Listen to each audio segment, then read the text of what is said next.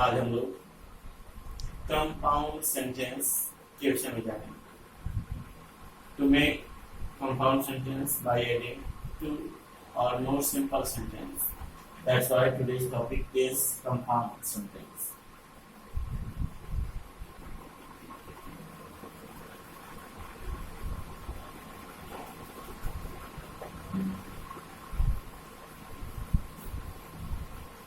You should know, to form compound sentence, coordinating conjunction is used.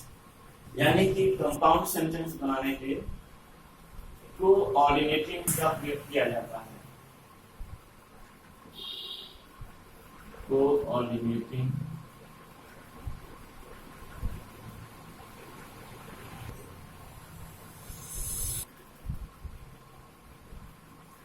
जी, आपने जाना कि compound sentence बनाने के लिए कोऑर्डिनेटिंग कंजंक्शंस का प्रयोग होता है।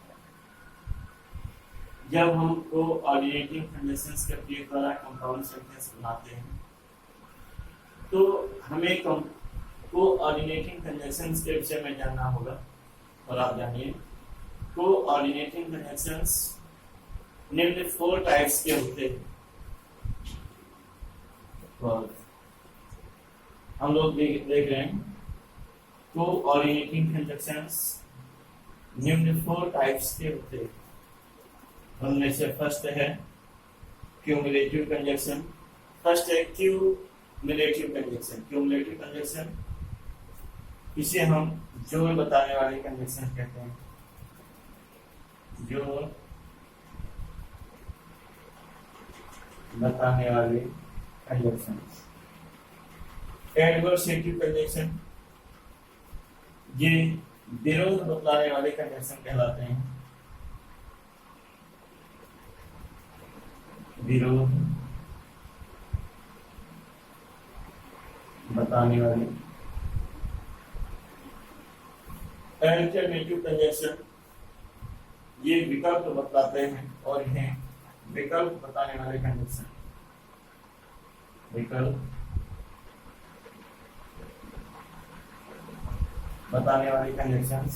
और फोर्थ लास्ट है इलेटिव कंजंक्शन, यानी कि परिणाम बताने वाले, रिजल्ट शो करने वाले कंजंक्शंस।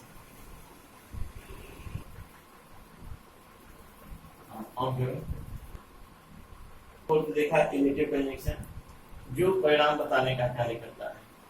तो हमें ये ध्यान देना होगा कि जब दिए गए सेंटेंसेस, कोई 2 सेंटेंस या 3 सेंटेंसेस दिया गया है कंपाउंड सेंटेंस बनाने के, तो हमें सबसे पहले उनके बीच रिलेशन फाइंड आउट करना होगा। उनके बीच रिलेशन कैसा है।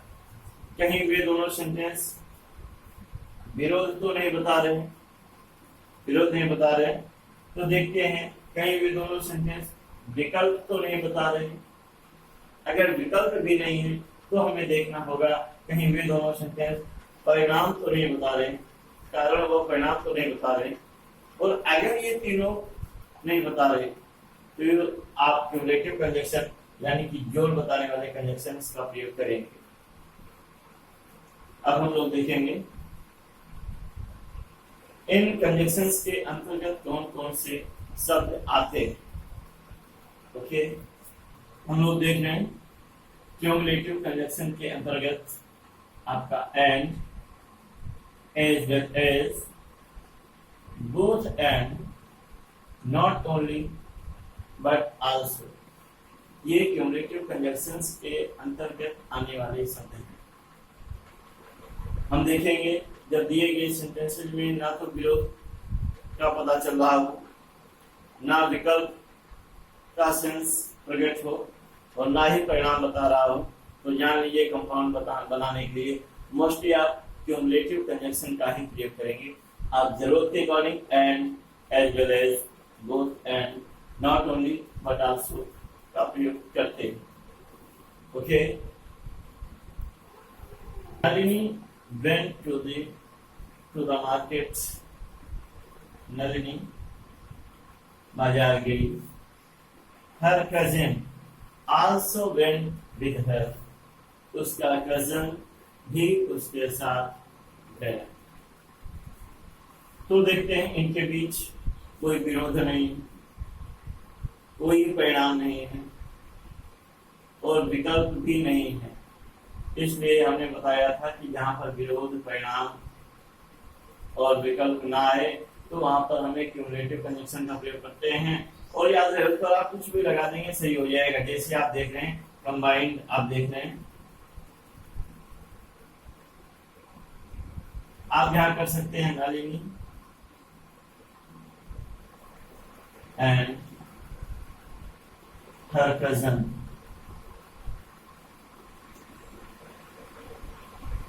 हर कजन went to market। आपने किया Nalini and her cousin went to market।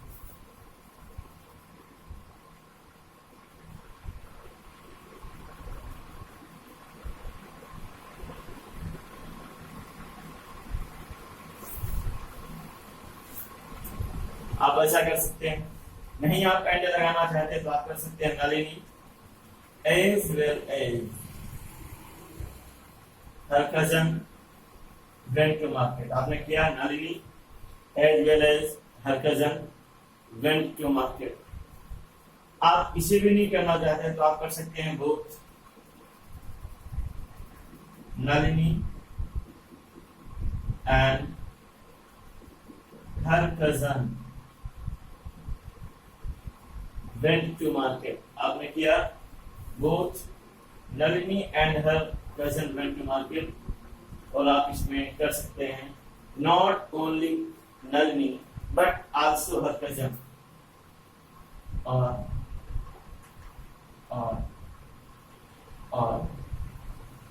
Not only Nalini but also her cousin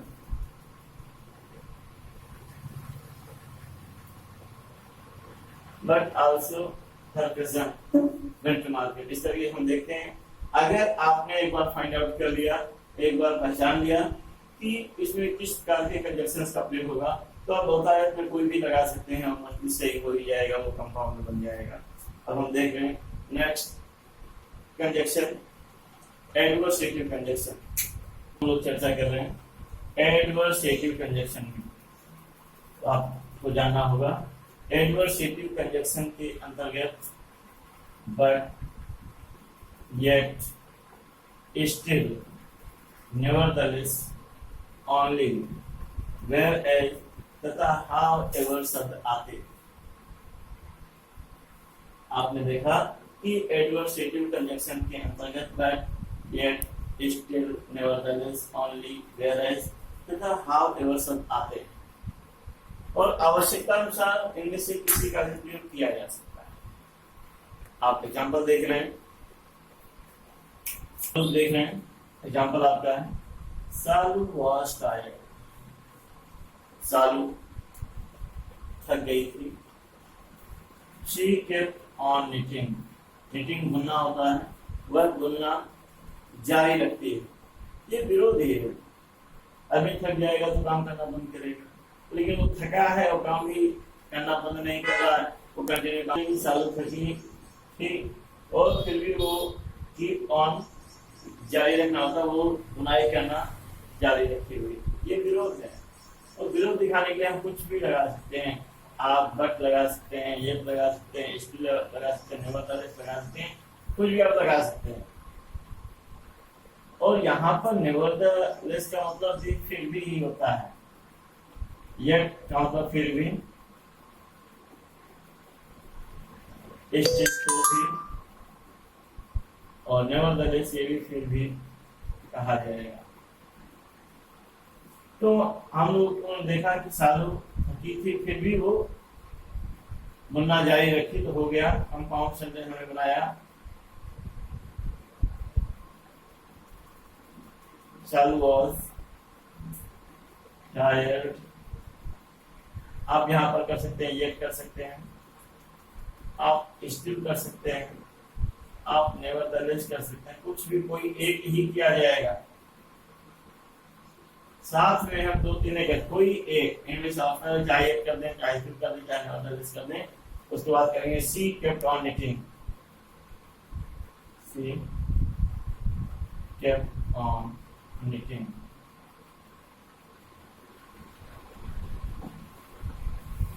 second example आप देख रहे हैं, he has a lot of riches, he has, हम लोगों ने देखा कि he has a lot of money, उसके पास बहुत अधिक पैसा है। he is not satisfied, वह संतुष्ट नहीं। ये भी विरोध है, बहुत अधिक पैसा है तो वही संतुष्ट होना चाहिए, लेकिन वो संतुष्ट नहीं है, विरोध है। तो चूंकि यहाँ विरोध का सेंस जा रहा है, तो ये एडवर्सेटिव कंजंक्शन जो कि विरोध दिखाने का काम करते हैं, इन्हें लगाएंगे और ये कोई भी लगा देंगे। यानी कि हो जाएगा he has a lot of money but he is not satisfied, या yet he is not satisfied।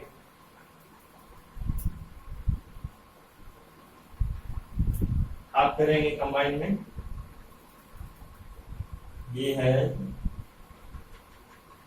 a lot of riches, riches करते हैं या मनी करते हैं, सेम चीज है।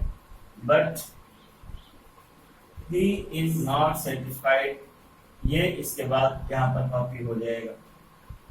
आप ऐसा कर सकते हैं या आप ऐसा भी कर सकते हैं और करते he has a lot of, आप कर सकते हैं he कैसे कर सकते हैं, he has a lot of riches but he is not satisfied, या हम इसी को कर सकते हैं he has not satisfied whereas he has a lot of money या riches, he has a lot of, he is not satisfied whereas he has a lot of money। इसे आप देख रहे हैं अल्टरनेटिव कंजक्शन, और हम लोगों ने जाना कि अल्टरनेटिव कंजक्शन के अंतर्गत ईदर और, नीदर नॉर और या अदरवाइज शब्द आता है। देखा अल्टरनेटिव कंजक्शंस का प्रयोग इस प्रकार के सेंटेंसेस में किया जाएगा जहां पर विकल्प होगा। जैसे एग्जांपल देख रहे हैं, फर्स्ट है रन, दौड़िए या भागिए, और दूसरा है यू विल लेट। आप देख रहे हैं हमारा फर्स्ट एग्जांपल था रन, भागो या दौड़ो, यू विल बी लेट, आप लेट हो जाओ। तो यहाँ पर दो विकल्प है, या तो आप लेट हो जाओ या फिर आप दौड़िए। तो विकल्प है तो ये और से बन जाएगा रन और यू विल लेंगे, तो कंबाइन में हम यहाँ पर और लगा देंगे, रन और यू विल बी लेट, ऐसा हो जाएगा। आप कर सकते हैं ईदर रन और यू विल बी लेट, आप यहाँ ईदर और भी लगा सकते हैं। हम लोगों ने देखा कि सेंटेंस में आप केवल और लगा सकते हैं या ईदर और भी लगा सकते हैं, ईदर रन और यू विल बी लेट, या तो दौड़िए या फिर आप लेट हो जाएंगे। ऐसे यहाँ पर सेकंड एग्जांपल आप देख रहे हैं, सिट डाउन, बैठिए, और अगर नहीं बैठना है तो गो अवे, तो फिर जाइए यहाँ से। यह विकल्प, या तो आप बैठिए या तो फिर जाइए। जब विकल्प है तो सीधी सी बात है, ये सब विकल्प बताने वाले हैं। आप यहाँ अदरवाइज भी कर सकते हैं और भी कर सकते हैं, इधर और करेंगे। हाँ, नीदर और नेगेटिव सेंटेंस के साथ होता है, नीदर और उपयोग नेगेटिव सेंटेंस के साथ ही होता है, और जहां पर नीदर नॉट आएगा वहां से नॉट हट जाता है, तो इसका हो जाएगा sit down otherwise go away. आप कर सकते हैं ये sit down otherwise go away, sit down और गो अवे, वेदर इधर सिट डाउन और गो अवे, इस तरीके से हम लोग कुछ भी कर सकते हैं। It's okay. देख रहे हैं चौथे कंजक्शन के विषय में, illative conjunction. Illative conjunction, illative conjunction के अंतर्गत आपका हेंस, सो, देयरफॉर, फॉर या thus आदि शब्द आते हैं। और इनका प्रयोग उस प्रकार के सेंटेंसेस में किया जाएगा जिन सेंटेंसेस से परिणाम का सेंस आएगा। जैसे आप एग्जांपल देख रहे हैं, ही आस्क्ड मी, उसने मुझसे कहा, आई वेंट, मैं चला गया। उसके कहने का परिणाम है मैं चला गया। यहाँ पर परिणाम का बोध होता है, तो हम यहाँ परिणाम प्रदर्शित करने वाले कोई भी कंजंक्शन है, सो, देयरफॉर वगैरह लगा सकते हैं। आपका कंबाइंड होगा, कंपाउंड बनेगा इसका। ही आस्क्ड मी, एक सेंटेंस ये है और दूसरा है आई वेंट, और ये परिणाम का बोध होता है, उसने मुझसे कहा और मैं चला गया। ये परिणाम है, और परिणाम दिखाने के लिए हम लोग सो, देयरफॉर, हेंस कुछ भी लगा देंगे और हो जाएगा, इसका कंपाउंड बनेगा he asked me, so I went, उसने मुझसे कहा इसलिए मैं चला गया। he asked me, hence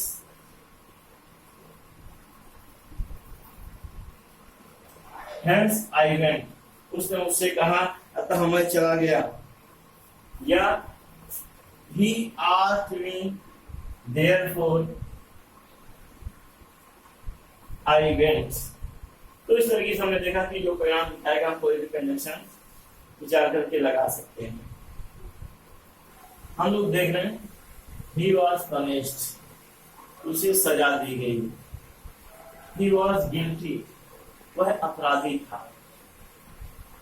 तो अपराधी होने का परिणाम है उसे सजा दी गई।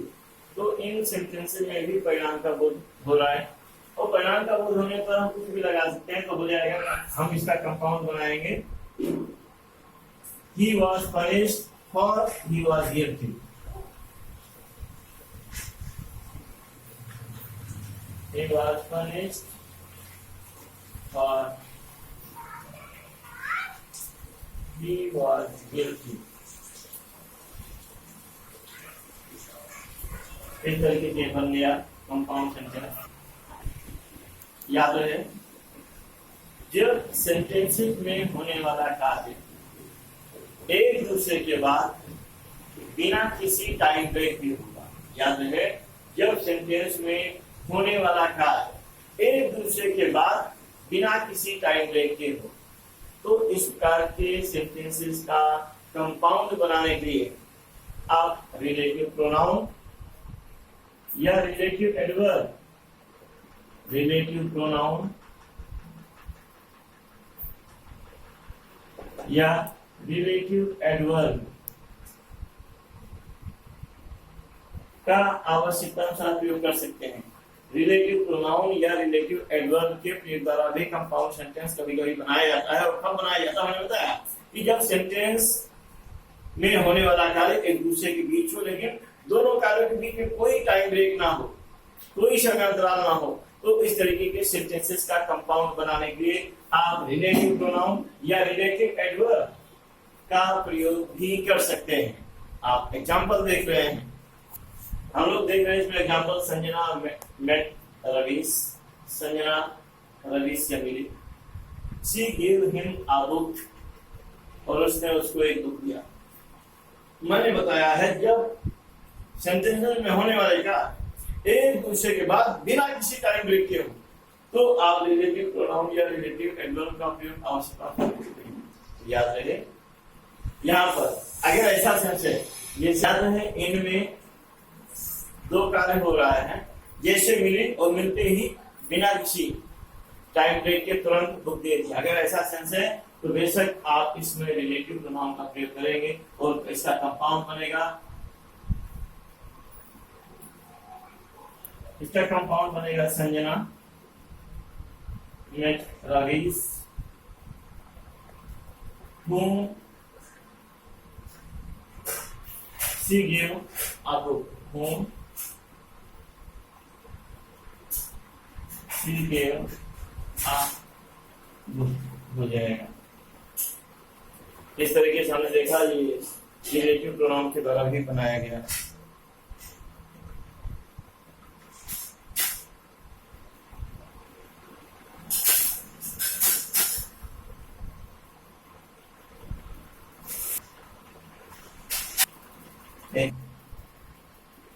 आप देख रहे हैं, my cousin went to Nainital last year. मेरी कजिन लास्ट ईयर नैनीताल गई।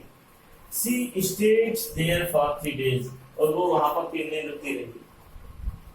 गई, रुक गई, यहाँ भी कंटिन्यूटी सेंस है, इसलिए आप चूंकि यहाँ रुकने के लिए आया है, वो वहां रुक गई, वो वहां गई, ये वर्ब के लिए आया है, और इसलिए आप यहाँ पर रिलेटिव एडवर्ब का प्रयोग करेंगे। और आप लोगों को पता होना चाहिए, जानते भी होंगे रिलेटिव एडवर्ब होता क्या है। रिलेटिव एडवर्ब के अंतर्गत when, where, how,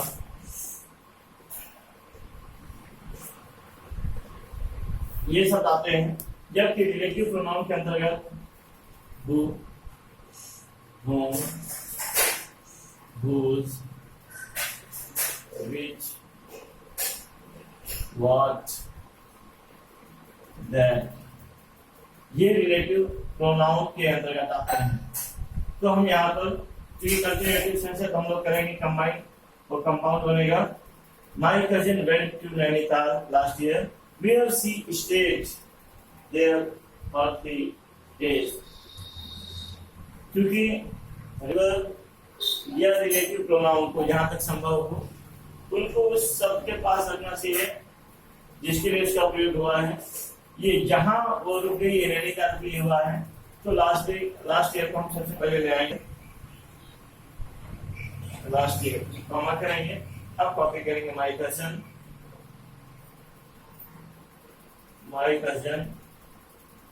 went to Nainital where she stayed there for 3 days। Last year हमारी कजन नैनीताल गई, जहां रिलेटिव एडवर्ब है, इसके लिए आया है, इसलिए इसके पास रखना था, तो हमने लास्ट ईयर को उठा के सबसे आगे किया है। Where she stayed there for 3 days। अपेक्षा है आप लोगों ने इसे समझने का प्रयास किया। एक्सरसाइजेस जरूर करें थीसिस समझने के बाद। इट्स ओके, इसके एक्सरसाइज आप लोग जरूर करेंगे, अपेक्षा इसी बात की।